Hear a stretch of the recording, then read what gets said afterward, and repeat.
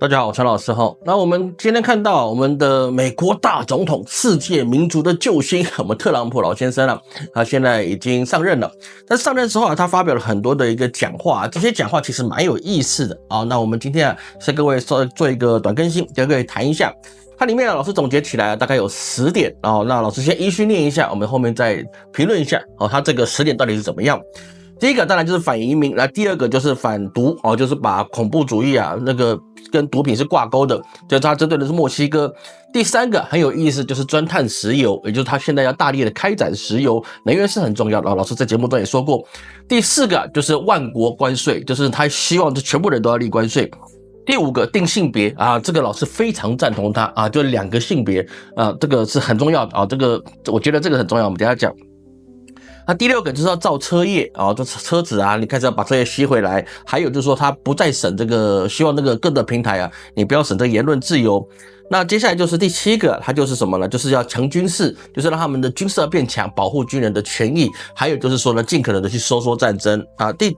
第8个呢，就是什么？他要把墨西哥湾变成收回来，把它收回来，那变成是美国湾。还有就是说他的一个格陵兰，还有他的一些巴拿马运河这些事情他是做了特别的琢磨他觉得是那个巴拿马运河本来就应该属于美国的，他把它收回来，因为他觉得巴拿马运河现在属于中国的，很不公平把它弄回来。那第9个他就是要上太空他就希望说他发展航太产业。那这个其实也是一个蛮宏大的理想了，我觉得这个是毋庸置疑的对美国它是一个高科技国家嘛。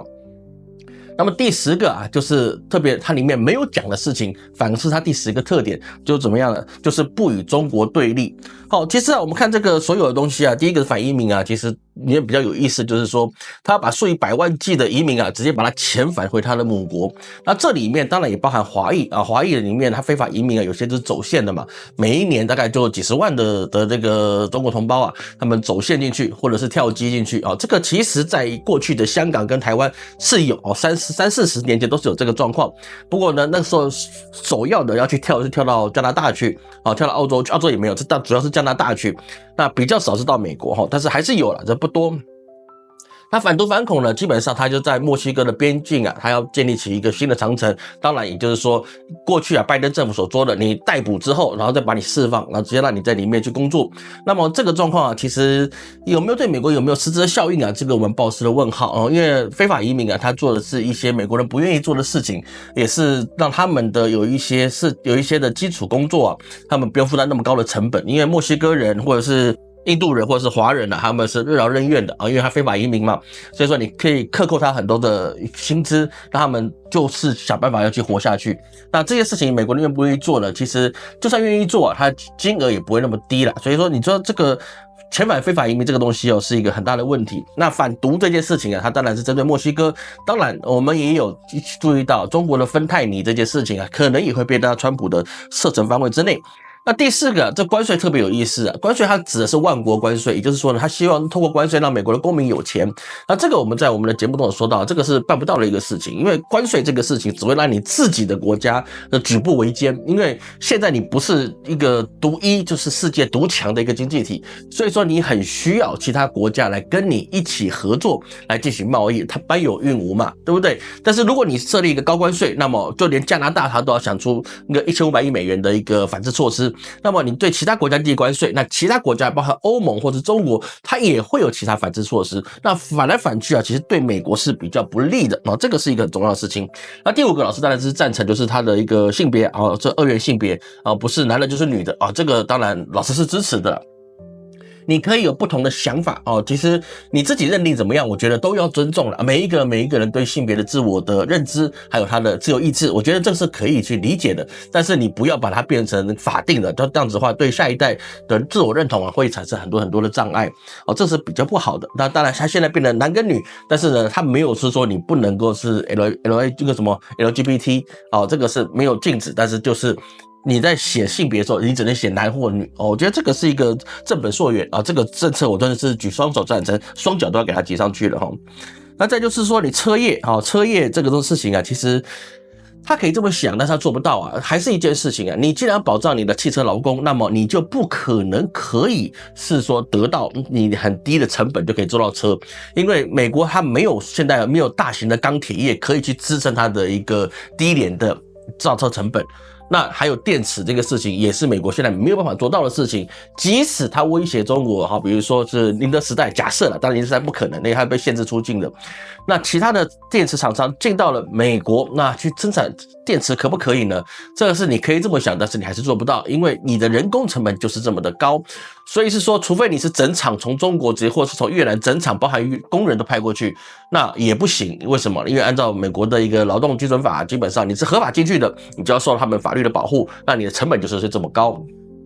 所以说你造车业呢回到美国这个是做不到的事情哦，这个可以这么想了，但是实际上是真的做不到。你说再早个8年前可能可以啊，但是现在基本上你是没办法了啊。当然他第二个老师彭莱奇讲的就是另外一个没办法，就是你要去审核言论的事情取消掉啊，因为过去有一些不当言论这个事情他就要把它解禁啊，你想怎么讲就怎么讲，包含你的言论，保障你的言论自由，这是不是好事？你说它好也说好，说不好也不好，因为你没办法让百姓很清楚明白这个是不是谣言啊，或不是他是不是讲一些虚假的言论，因为人都躲在荧幕后面，一个人可以操作1000个账号10000个账号都可以，是不是？你用 AI 去生成就可以，你把那个逻辑给他之后，他可以很快速的去生成这些水军。过去水军其实是需要人力的，一个人管30个账号或者100个账号，但是现在通过 AI 你其实你一个人可以管10000个账号都没有问题，你只要电脑够，设备够，然后呢让他给他一个指令，让他自己去生成一些类似的言论，然后不断去洗账号，而且你很难去找出来，因为现在还有一些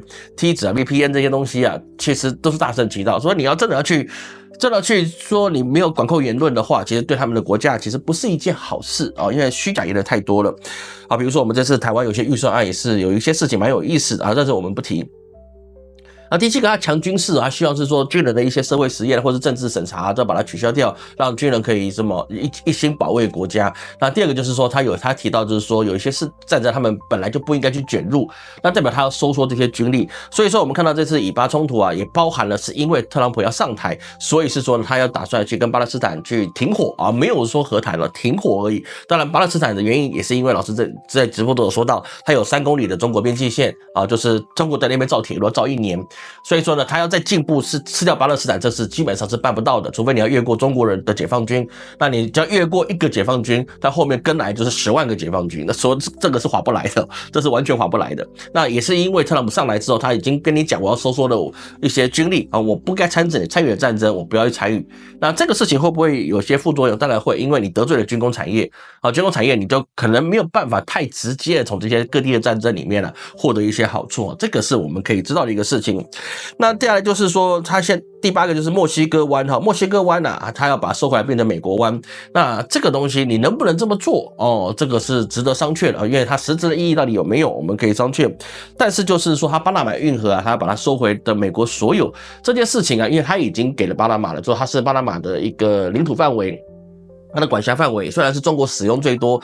那当然你不能够是说把别人的国家的领土你把它收回来，不然的话你美国在其他国家去建立的一些基础建设或者是帮他们合作的一些项目，是不是可以把他们的东西都收回来变成他们自己国家有，那个是有争议的因为你钱花出去在别人的国家建立的，不代表它就是你的这是2个概念。那你中国也不会是说我在哪个地方帮你盖铁路，我帮你盖这些高铁，我帮你盖这些港口，然后那些东西都中国的，不行，因为它只能够有得到里面的利益，但是它土地它是别人的。所以特朗普他说要把巴拿马运河收回来这个事情很难说真的，这是很难的一个事情，因为你是挑战别人主权。那至于格陵兰那些事情他没有太特别去提到，但是呢这个加拿大这个事情其实也是一个我觉得也是一个高空炮因为你没有办法逼迫加拿大成为你的自己的一个州这个是国际法或任何一个事情都没有，除非巴拿马他们自己投票同意公投通过，他跟美国合在一起。但是巴拿马他本身加拿大本身他自己就是已经有一个很独立的一个国家体系，他并不需要靠美国，美国也没有东西给他靠，你除了关税战去逼加拿大之外，实际上你并没有什么太好的利益给加拿大，你只能够取得加拿大的资源，但是呢你加拿大并不会因为美国成为美国的一个州，加拿大获得什么样的巨额的好处或是改变他们的一个名声可能应该是没有办法的事情了，那个真的是没有办法的事情。所以说这个事情他可能也做不到那第9个就是说，我们要注意到特朗普啊，就是川普老先生了，他这一次他就宣布他要回太空，上航太设备。那这个事情我觉得是一个很好的一个想法，因为毕竟太空啊是人类未来的第2个家哈，你必须突破你自己的蛋壳，你才能够看到更远的地方，我们得到更高的文明，让我们自己的知识水准或是我们的一个心灵维度可以成长，我觉得这个是很好。那第10个最重要的事情是什么呢？他整场演讲里面啊，其实除了巴拿马运河这件事情之外啊，其他事情他并没有是说他要去跟中国对抗，然后这个事情是非常有意思的，就是我没有表达立场，就是说我现在开始我要跟中国进行我们过去的第一阶段的一个贸易协议，然后后面变第2、第3、第4、第6、第7阶段都没有，我没有继续下去，所以说它里面没有讲的事情就是我要跟中国对抗啊，或者我要跟他兴起什么样的一个新冷战，它都没有，所以说。在这个东西我们也看到是说他在这次就任之前呢，他也有跟习近平通电话，所以说这也是代表的是说整场的环境跟氛围啊，会让这个中美关系啊可能会有一些谈判的空间。而这个里面我们需要担心的是什么呢？就是特朗普他想要去收格陵兰，他想要去收加拿大，他想要收巴拿马运河，他想要去做很多事情，他是违反国际法的。那么违反国际法的状况之下，那么中国他如果他去平南海收台湾，这个事情一旦发生，那么美国是没有什么话语权的，因为他能够反对，但是他反对基本上是无效的，因为你自己已经犯规的事情，所以你就很难去做这个想法。